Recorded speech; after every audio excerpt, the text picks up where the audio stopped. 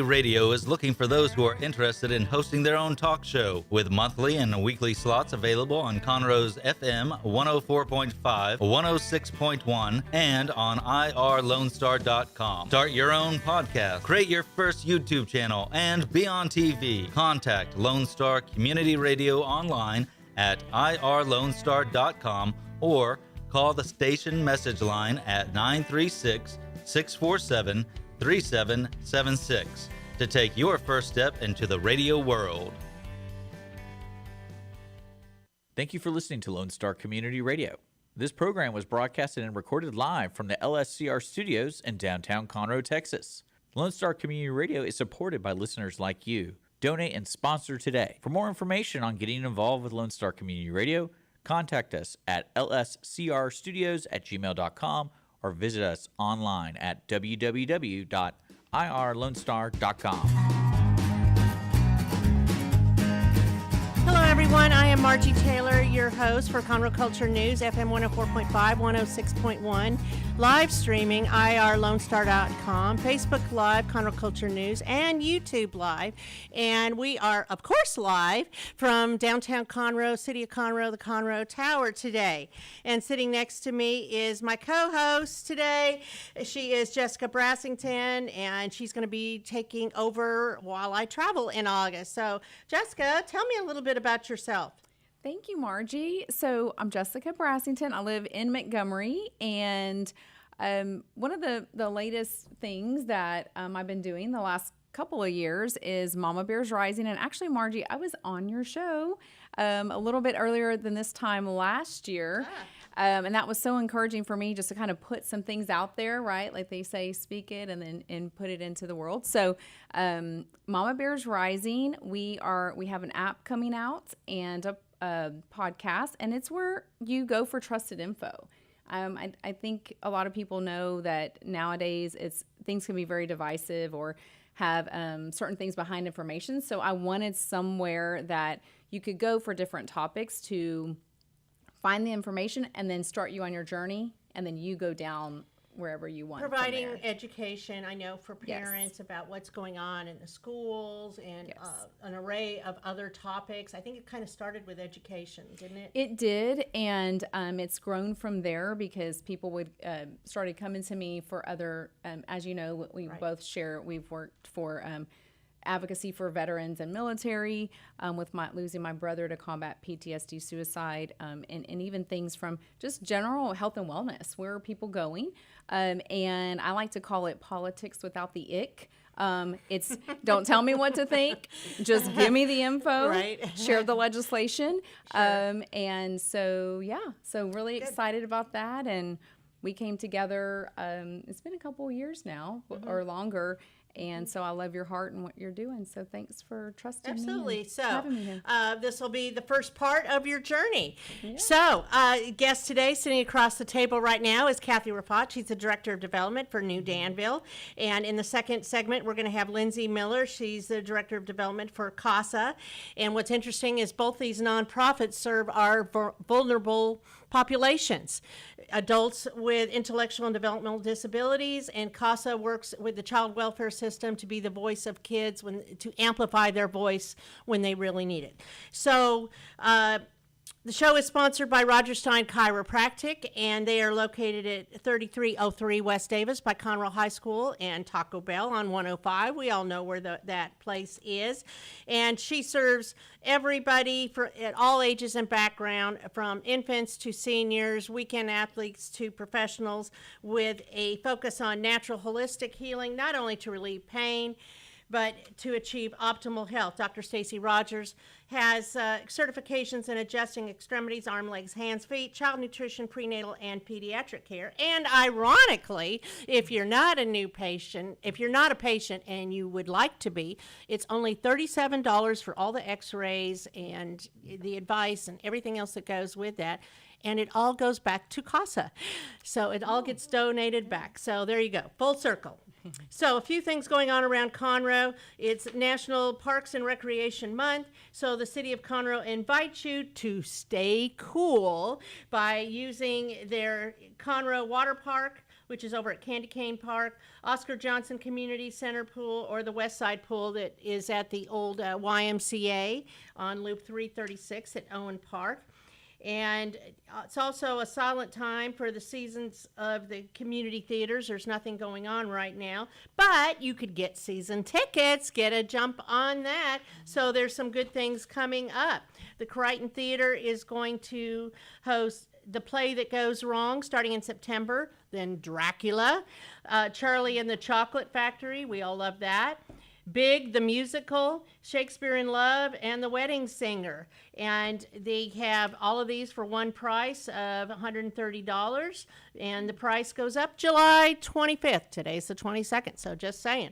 And the Players Theater Company that performs at the Owen Theater has their package as well. They will be showing Rock of Ages, Steel Magnolias, White Christmas, Bedroom Farce, Tuck Everlasting, Little Shop of Horrors, and Private Lives. So think about that, and it helps to fund their performances because these are all volunteer efforts, so it helps them set their budget. And as we are all recovering from Hurricane Blyle, you might want to consider, if you can, making a donation to the Salvation Army. They got depleted of all their resources during the storm, and they are in great need of peanut butter, meat products, hot dogs, bologna, chicken, canned meat products, rice, pasta, dry beans, cereal, canned fruit, boxed meals like Hamburger Helper, and macaroni and cheese. And they can be dropped off at the Salvation on Avenue E in Conroe, Monday through Friday from 8 to 4 p.m. With that, we're going to take a quick break and be back with Kathy Rifaat to hear all about New Danville. Since 2004. Don't miss Lone Star Community Radio on TV and YouTube. Our talk show and music shows are featured on Our City TV, Suddenlink Channel 12, and have their own YouTube channel. Make sure to subscribe to keep up with posted shows and comment on them below the video.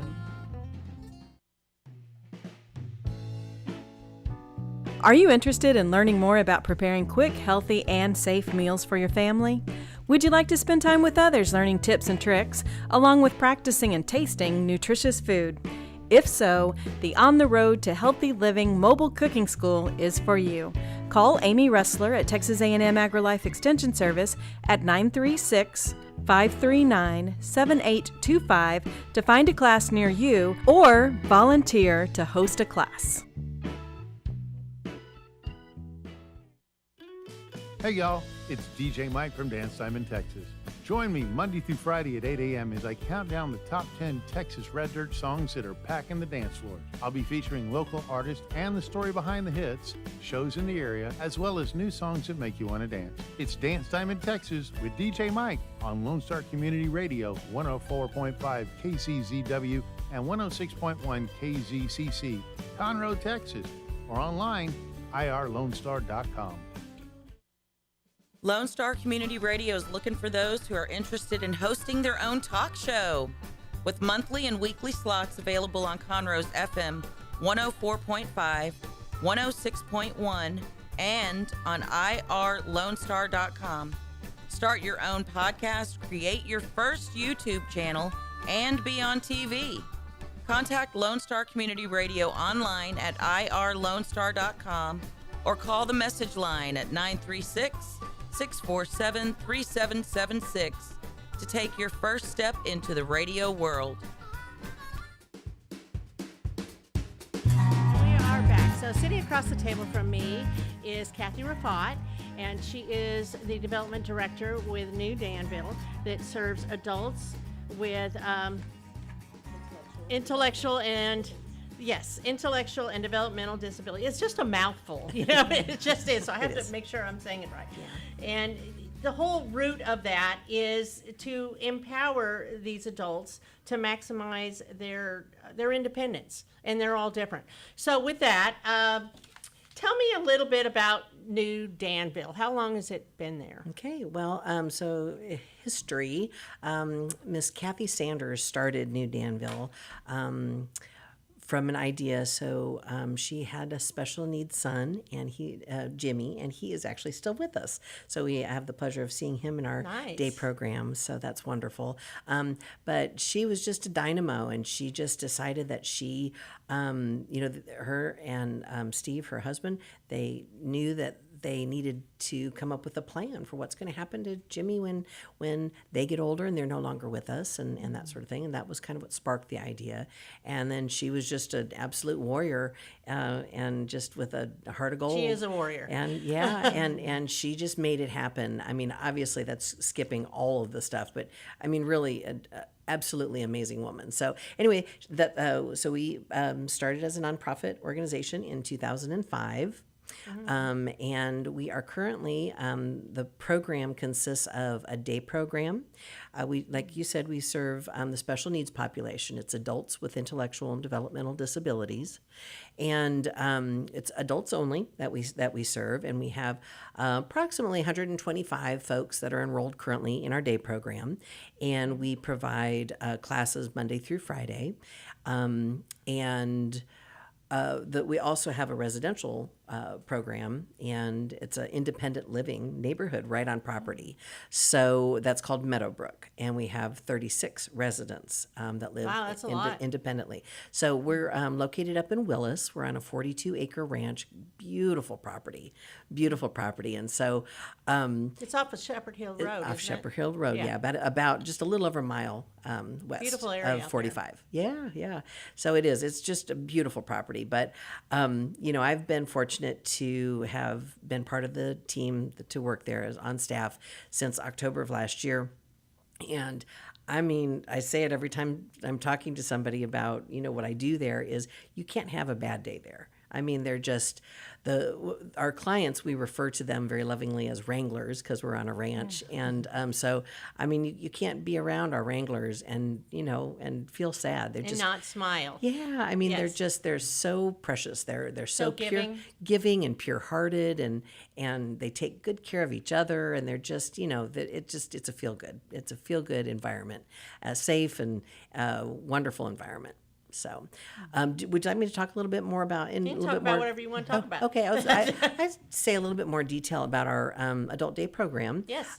So one of the big components to making the New Danville successful, and certainly our day program successful, is we have a transportation program.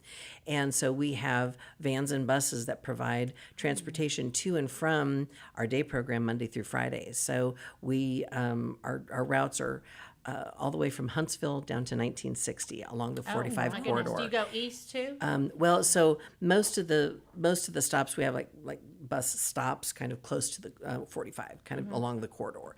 But we do that, and we do 2 trips every day, Monday through Friday. So without that, quite honestly, I think probably safe to say the majority of the wranglers that get to spend the day with us for the program wouldn't be able to attend if it wasn't for us being able to offer transportation. So it's very critical to what we do. Well, and so that's costly too. it is. With gas. Yeah, it is. Transportation. It is. Yeah.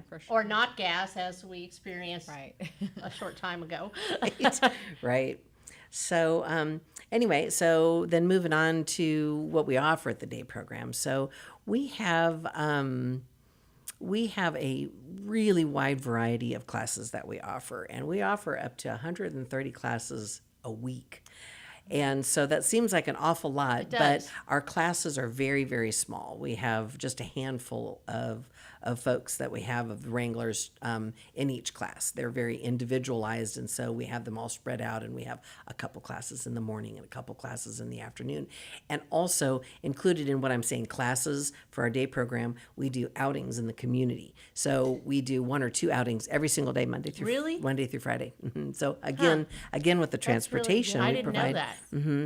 Yeah, so with all of those things combined, but the classes that we offer, and this is something that when I learned about this when I came to New Danville, I just think this is really spectacular that the program staff is, they create trimesters. And so every trimester, then each of our Wranglers gets a list of all the classes that are going to be offered.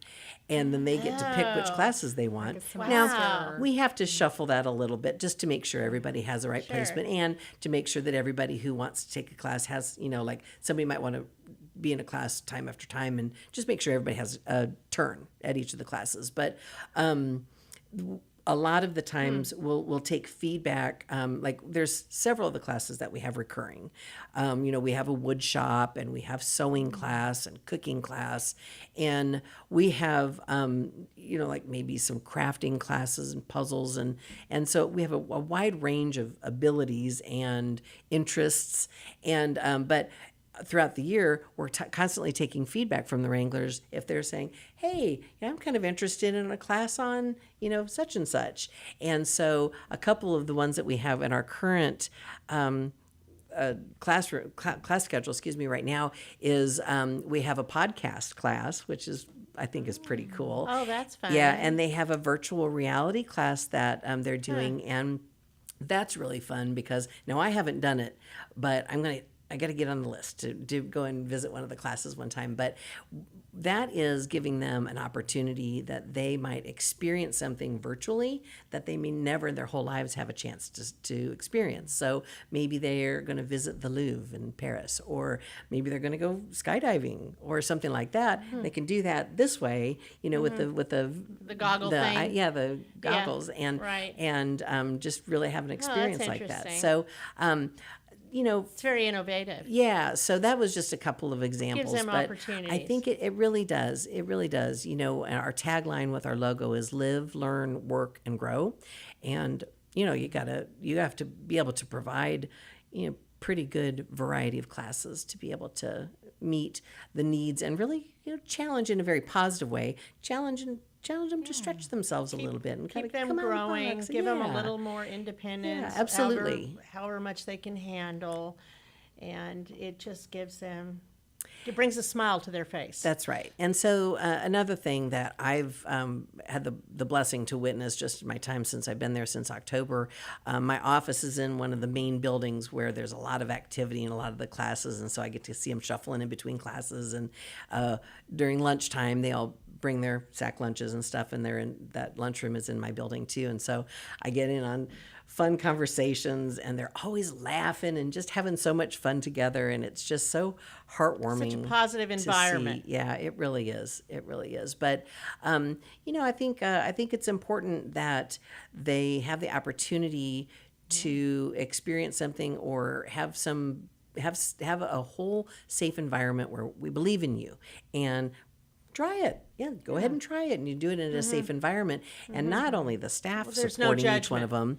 Yeah, not only the staff supporting them. I would like to do things with no but judgment. each of the Wranglers are supporting. Or not. Each of the Wranglers are supporting each other, and it really is. They're a family to each other, and it's just an absolute feel good situation. So this costs a lot of money, I'm sure. Yeah, that's what I was going to say with the teachers and So where do you get the funds? Let's talk about that, Let's Kathy. talk about the funding from the development director. Yes. Yes. Well, so we have 4 major organized fundraising activities this year, and throughout the year we have 2 events. We have in the springtime we have a spring thing luncheon, and it's more than just a luncheon. It's pretty. It's pretty right? wow. Yeah, it is. I mean, you have the pre-party with all the things out in the foyer area. we call that the marketplace. Correct. And it is a market, and lots of people in the community. And then you have a guest speaker, which that young man was so amazing, so inspirational. The marketplace. What started that whole concept, well, really twofold, but a component that I haven't mentioned that isn't on property, but it's over off League Line Road, is we have a resale shop, and it's called Jazzy Junk. And so, I mean, those ladies, we have a few staff, but there is an army of women volunteers that, I mean, they're so committed. But all of the proceeds from that resale shop support us. So that is one of our revenue sources. Absolutely. So, so this year we had Chris Nikich as our guest speaker at the spring luncheon, and he was just He was dynamite. He He was sure on a was. roll. He He was trying to was. find him a girlfriend too. It was so funny. He was really fun, and he's so inspiring. Talking about, every day getting 1% better. Every single day, 1% better, and that's what he Just strives for. 1%. And Yeah. he went from never being on a bike and not knowing how to ride a bike to, he's the first. In case you didn't know, he was the first person with Down syndrome to complete an Ironman triathlon.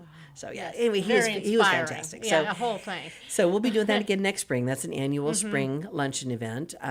So the marketplace has items from Jazzy Junk, our wonderful resale shop, and then also there's products that are made at New Danville by our Wranglers. So from the wood shop, and they make pens and artwork, and they package bath and body products and different things like that. So anyway, then the other fundraising event we have coming up this fall on September 30th is our golf tournament. That's going to be at the Palmer Club. And we're currently looking for support for that. So we have teams and sponsorships available on our website. All that information's on our website, or anybody can most certainly call me, and I'll be happy to give details on that. But those two are the two events. And then in addition to that, we'll do appeals. So currently this summer, we're working on a summer appeal. It's the Summer Giving that's focused on raising funds for our scholarship program. So the day program, we have a charge for the day program, but it is very, very minimal. And so what we end up charging for the folks that do attend the day program is a very small fraction of the actual cost that it costs the organization. And back to our roots and our history, and what Kathy had envisioned is that the care is a high quality care, but it doesn't have to be just for the affluent families that happen to have a loved for one. everyone. You Yeah, wanna it's make for it so everybody. everyone who needs it, no it's matter what their available. ability is Sure. to pay. And so, that's where I come in, and, with the events and asking for community support. And because we do get people donating to New Danville, to the scholarship program, and to our general operating, we're able to do that. We're able to fund the transportation so we can pick up, Mary Smith or whoever, and bring them that day for maybe 2 days a week, or maybe it's 3 days a week. Some are 5 days a week. There's whatever their attendance is, and they get to experience that whole day, and in that family loving, safe environment out there with all the people that just accept them and love them for who they are. And so, but if we don't have that community support, then we're not able to provide the services that we have, and also not able to serve as many folks as we serve. So the best way to get involved in your events you have, or your appeals, whether it's the summer giving campaign or the holiday campaign or anything like that, is to go to your website at newdanville.org. Yes, ma'am. That's Okay. correct. And any specific questions about events or donations or anything, people can contact me directly. My email is probably on the website too, but I'm happy to share that here. Is Kathy, Kathy Rifaat, RIF as in Frank, AAT, at newdanville.org. So. Well, that's fabulous. So what I really also like is that some of the Wranglers have jobs out off-site, and then they have some jobs on-site, depending on what you have available and their particular strengths, skills and strengths. So they're able to make some money as well, right? Yeah, that's right. And really helping them promote their independence and opportunities for them to become independent and learn new, from basic living skills to that. So we provide transportation actually to the residents that live in Meadowbrook on campus to their jobs out in the community. And then we also have jobs on site, like you said, at New Danville that they're employees of New Danville. And so we have some of them that might be doing housekeeping, lawn maintenance. We have a mailman, and he's fantastic. I love him, Robert. And so another thing that we have is we have a pallet production company. And so they build the pallets on site. And so there's a whole group of young Wranglers that that build Well, they're the providing a balance. service that you need as well. Yeah, that's It right. isn't just about getting Yeah. them a job. So it's- Now, are there they're training and they're learning opportunities- skills while they're while they're on site, while they're working and learning all at the same time. It's a win. And they can do that, and they're not working full time like 8 to 5 Monday through Friday.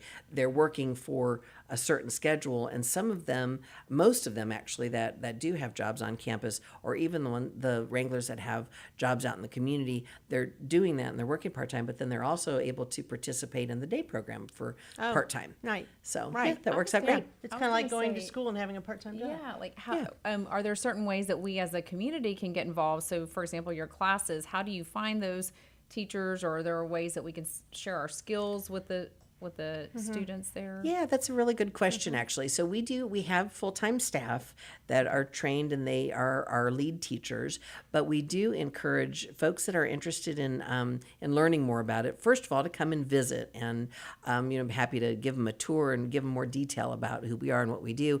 But when if they want to give back, and they may come in as like a guest star to a certain class. Maybe it's somebody who has, for instance, Margie, who might want to be a guest star for a podcasting class, and just come in maybe once or twice or a couple times, and something like that on kind of an individual basis.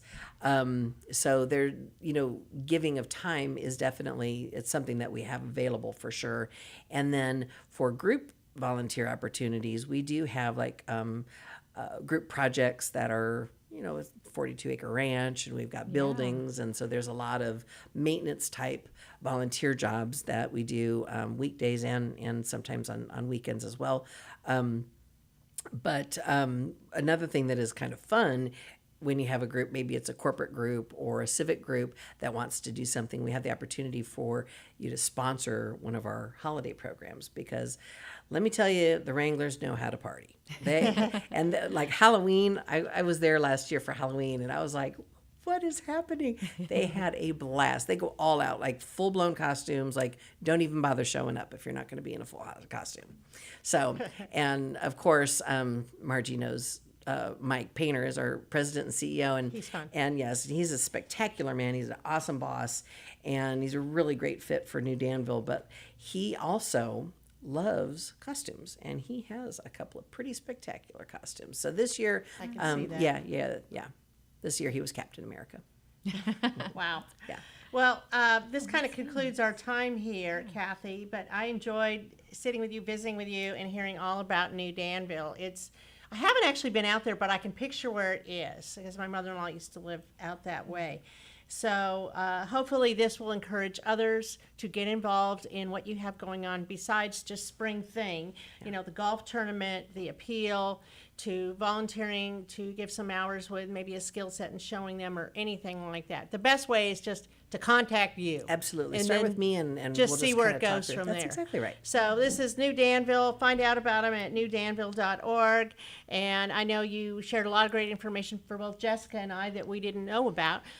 And I look forward to seeing you again. Well, thank you very much for having me. I appreciate the time. Absolutely. And I thank you for all that you do. All right. Bye. Bye.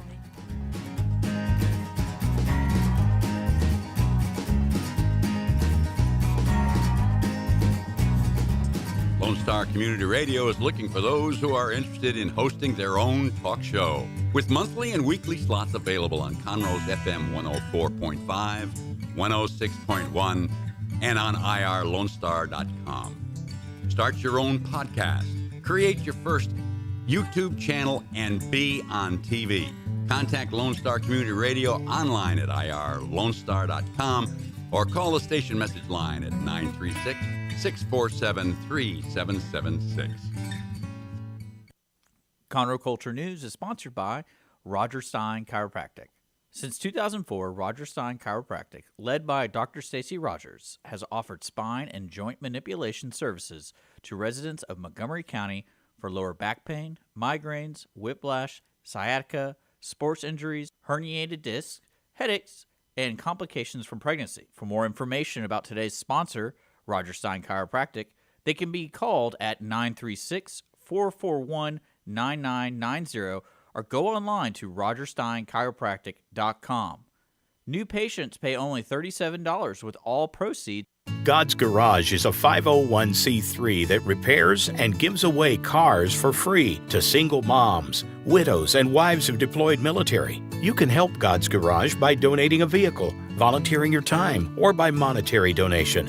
God's Garage is located at 2106 East Davis, Conroe. If you'd like to learn more about God's Garage, visit our website at godsgarage.org.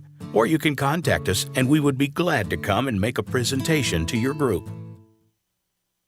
Every Friday, tune into Texas Ticket on Conroe's 104.5 and 106.1 FM with Armando Nino of Gull Lake Conroe, focusing on Montgomery County area events and places. Get a feel of the Texas spirit at the event, paired with guest and vendor interviews, event coverage, and ticket giveaways, and so much more. Join us Fridays and punch your Texas ticket. For more information on the show, visit irlonestar.com/Texas Ticket.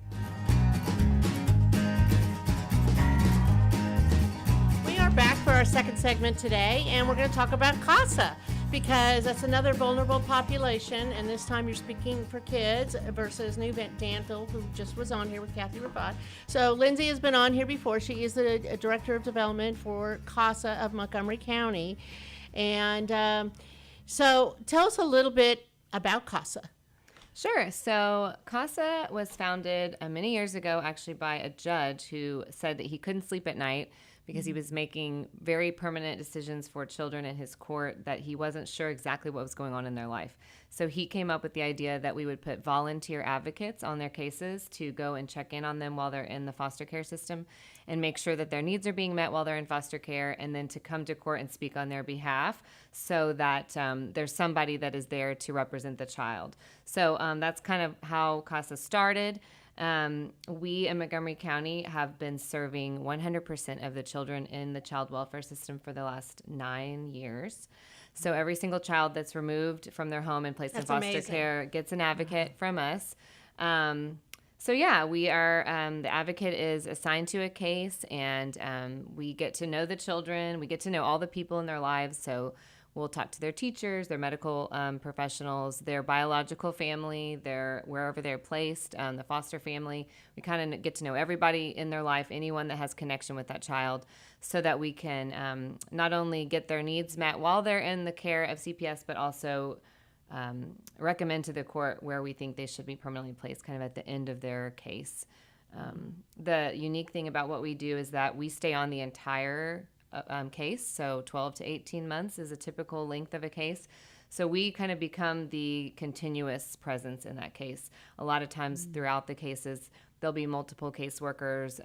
They might get placement moves, so they're moving placements. And so lots of things are new and people are new in their life.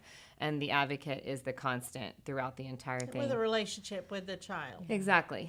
Yeah. It's very important that they know that there's somebody there that's a constant. Right. Yeah, and really the collective memory of the case, too. So typically the cases are 12 to 18 months. I actually recently closed a case where I was the advocate for 3.5 years. That's very uncommon that you're on a case that long, but they do happen sometimes. And so when I would show up to court 2 years later in this case, when all these people were sort of new, maybe coming in, I knew the history. I knew the girls' history and where they'd been 2 years ago and everything they had gone through. So it's important that voice is heard in the court and speaking for them.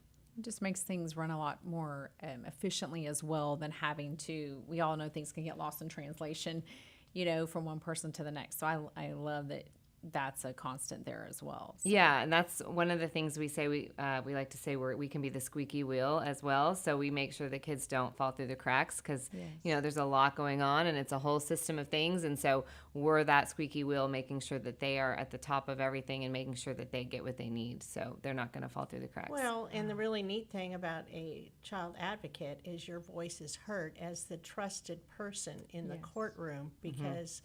You're advocating for what's best for the child.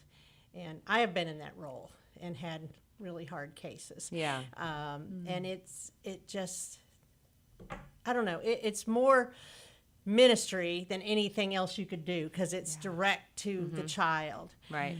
So this is Jessica. Jessica is my co-host. You haven't met, Yes. but she is learning about how we do things here, and then she's going to be taking over the month of August. So I'm Great. glad she can learn more about CASA here. And one of the things, so we haven't met Lindsay, but I'm familiar with CASA, and I have friends who have been advocates.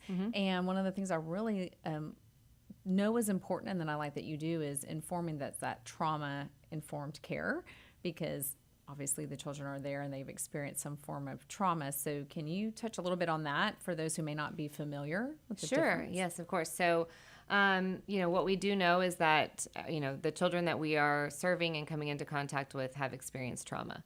And actually, we actually go in and train on trauma in schools, and we tell a lot of the teachers that you may have some kids in your class that are coming from a hard place, but really all of our kids experienced trauma going through COVID. I mean, and all of adults, for that matter. So the things that we're training them on the trauma-informed care, it really applies to their whole classroom and in all of our lives, it actually applies.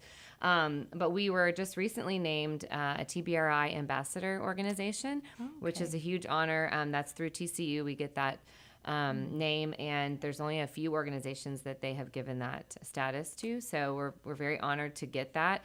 And what that means is that we are ambassadors of TBRI, which stands for Trust-Based Relational Intervention. So that is a trauma-informed methodology out of TCU that we have many practitioners on our staff that have gone through the training through TCU and become a practitioner of that. And so we are out in the community training schools, we're training law enforcement. Our judges, a lot of times in our system, are actually TBRI trained. We go into the juvenile detention center and train them there on how they can be really just aware of what trauma looks like and how it presents in behaviors of kids and how we can respond to that in a way that is healing for them.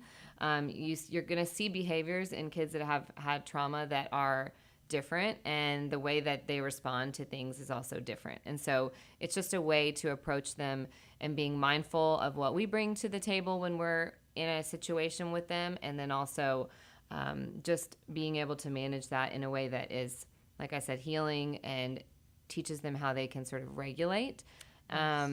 It's very interesting. It's science-based, evidence-based. A lot of research has been done on it. And we know that when children have experienced trauma at a young age, it actually changes their brain chemistry. And so it's not as though they are bad children or behaving badly. They are a lot of times, unable to regulate their behavior. And something very small might set them off where they're just completely losing it.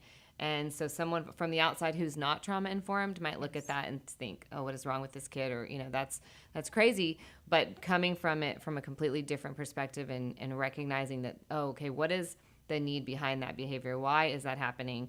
Being a detective of sorts and figuring out what's going on with that kid behind the scenes. And then how can we help them sort of bring them down and regulate in a different way?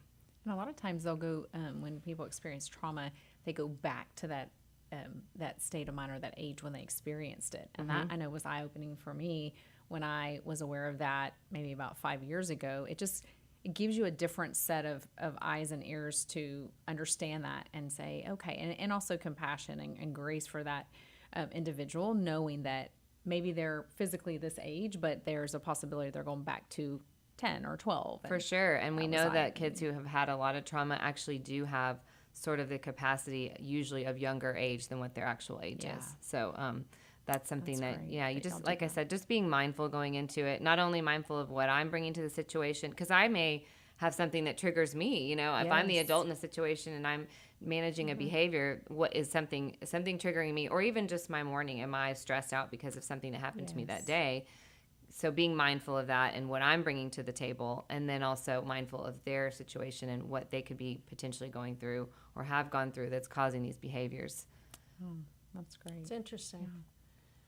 Yeah. Okay. Anything else spark your...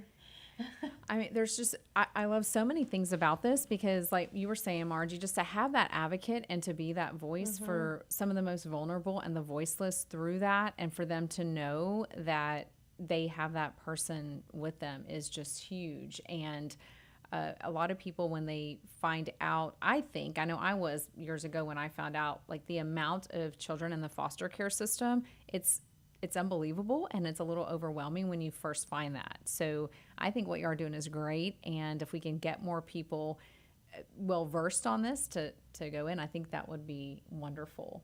Yeah, so our goal is really, we always say it's to have a trauma-informed Montgomery County. So really the whole county, and that's everyone. And that's anyone that could come in contact with the kids and families we serve, just to have that knowledge of it, what it looks like, to have the same language, be using the same words. And so that's why we're out training so many people. Everyone that will listen to us, we'll talk to. Do you go into the schools? We do, yes. We've trained in Conroe ISD and Magnolia ISD, New Caney ISD. So yeah, we trained, That's I think, like over 1,000 people in Conroe ISD. And we go in and train teachers and counselors and admins. And because they get a lot of exposure to the Right, kids. right. So we're helping them with, classroom management stuff. And when they have, teaching them just simple things like, have maybe a calm corner in your classroom, where if you've got a kid that's just kind of dysregulated and sort of having a behavioral moment, have a place where they can go sit in a corner and just take a breath, and have some calm space for them, and things like that are very simple that they can implement in their classroom just to help with those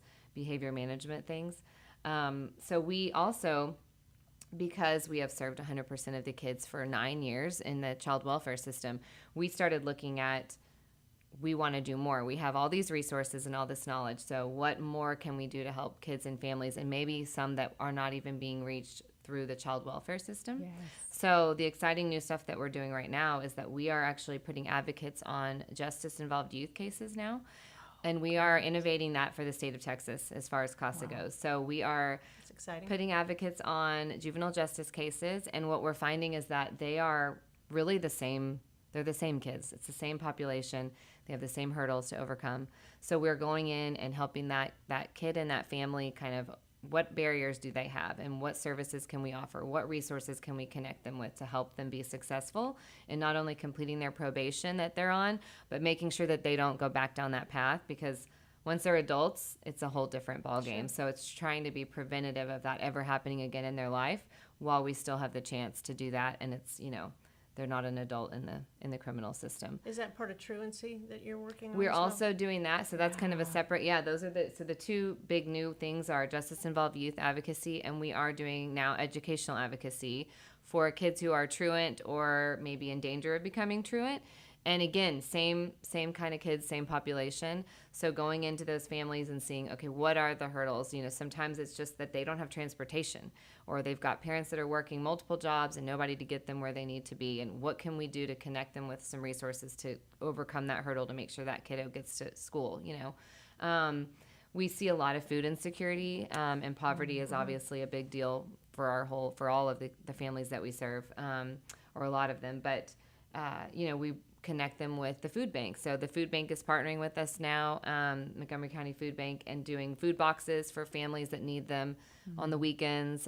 Sometimes we encounter kids that they're only eating at school because they're getting free meals there, and that might be the only time they're eating. So when they go home for the weekend, we want to make sure that family has what they need, and so we're connecting them with those resources. And so so we're doing those two new programs. Expanded a lot. Yes, expanding. And then what we talked about, the community education, especially in the trauma informed. So those are our big initiatives that we're doing. We still continue to serve every child in the child welfare system, and that will always be the heart of what we do, but just kind of using our knowledge and resources to be able to reach more families in our community, because we can.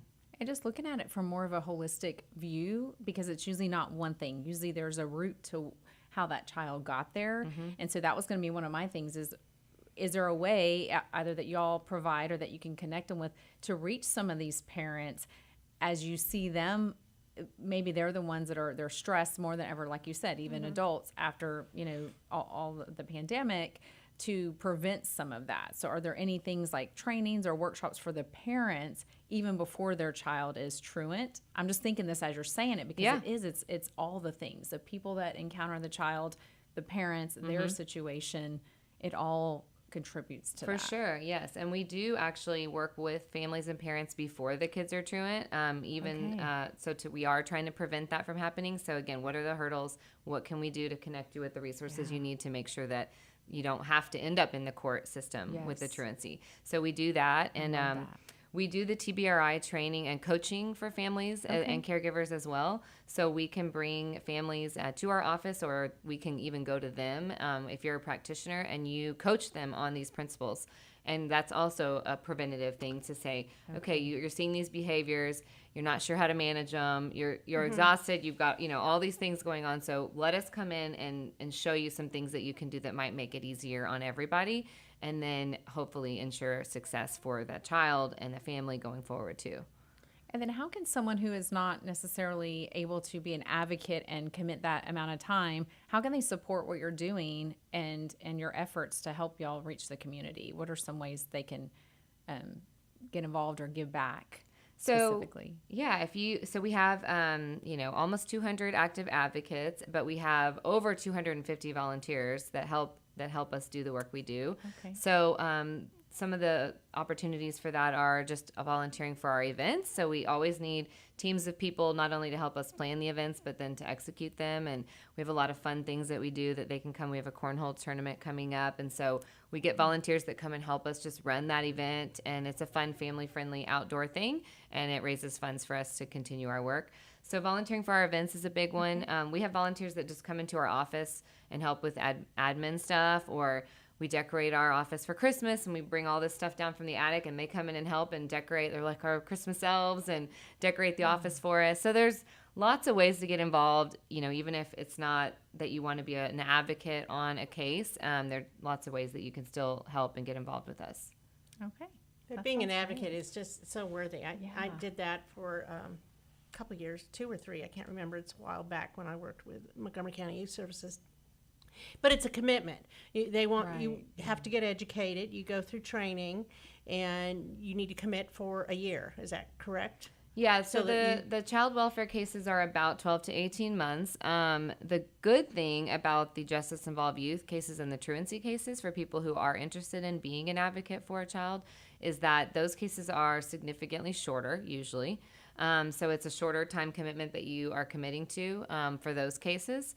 They usually, there's not really an average on what those time-wise, how long those last, but they're definitely shorter for the most part than the CPS cases. But still just as rewarding. Oh, being absolutely. involved Making in a what's difference. Going on with a child. For sure. And through all these different things, your major mission or goal is to keep the family intact. Family reunification, right? At Always, all things. if possible, yes. Whatever you Because can we do know to that make that children, happen. that's also proven scientifically that children do better with their biological families if possible. So even if it's not parents, if a CPS case, if the parents are not able to take that child back, it's also trying to find another family member. Let's try to find someone else that child is connected to, keeping those family connections. Or even if it's someone that's like family, it doesn't have to be blood related, but just making sure that child keeps those healthy connections or any connection that they have, because taking them from all of those connections is also traumatic for them. So, sometimes you have to do that for their safety, but we as advocates work on trying to go back and look for any healthy connections that child may have had and keep them connected if possible. So, okay. That's wonderful. I love it. Anything else? Yeah, I think that's really helpful for someone who's not familiar with it. And then I would say if they are interested, whether volunteering or if they're ready to explore what being an advocate would look like, where can they find you, or what would the first step be for them to take? Yeah, so I would direct them to our website, which is CASA Speaks, 4 kids.com. And there's a tab that says volunteer. And when they click on that, they'll see advocacy, but also other volunteer opportunities. So they can kind of explore looking into becoming an advocate if that's something they're interested in, and also just our other opportunities for volunteering. So our website's a great resource for that. It also has a whole tab on TBRI with a lot of great videos and resources on that and what that looks like. So I would definitely recommend people check that out, because it's really some interesting stuff to know. Mm-hmm. You would really like that. Yeah, I think that's good for everybody to know. Sure, absolutely. For sure. Yeah, we always say, we joke, because all of us on the staff, most of us are practitioners, so we kind of know all about it, and we use it on our spouse, But I mean, it really does. It's just great in for relationships in general, just to kind of learn about yourself and how you kind of approach things and how you can approach things differently. It's really eye-opening. Yeah. Okay. Well, thank you so much. That's great. Well, this is great. And, you know, the tie-in with Stacy Rogers and Yes. Rogerstein Chiropractic, that if you're a new patient, she donates it all back to y'all because she's continually doing things for wonderful. CASA. That's So grateful She's for all that. about the kids. Yeah. So had to mention that again because she is a sponsor for this show as Yeah. well. That's awesome. Rogerstein Chiropractic, 3303 West Davis. So I appreciate you coming on and sharing about what's going on with CASA. And there's so much more than just, you know, being a child advocate, which I'm very excited that, you know, get involved. Lots of ways Help our to get kids. involved. We would Right? love it. We would love it. Okay. Thanks, Lindsay. Thank you very much. And that concludes our show today. And again, we want to thank Stacy Rogers for her sponsorship. And we look forward to learning more from the community next Monday at noon.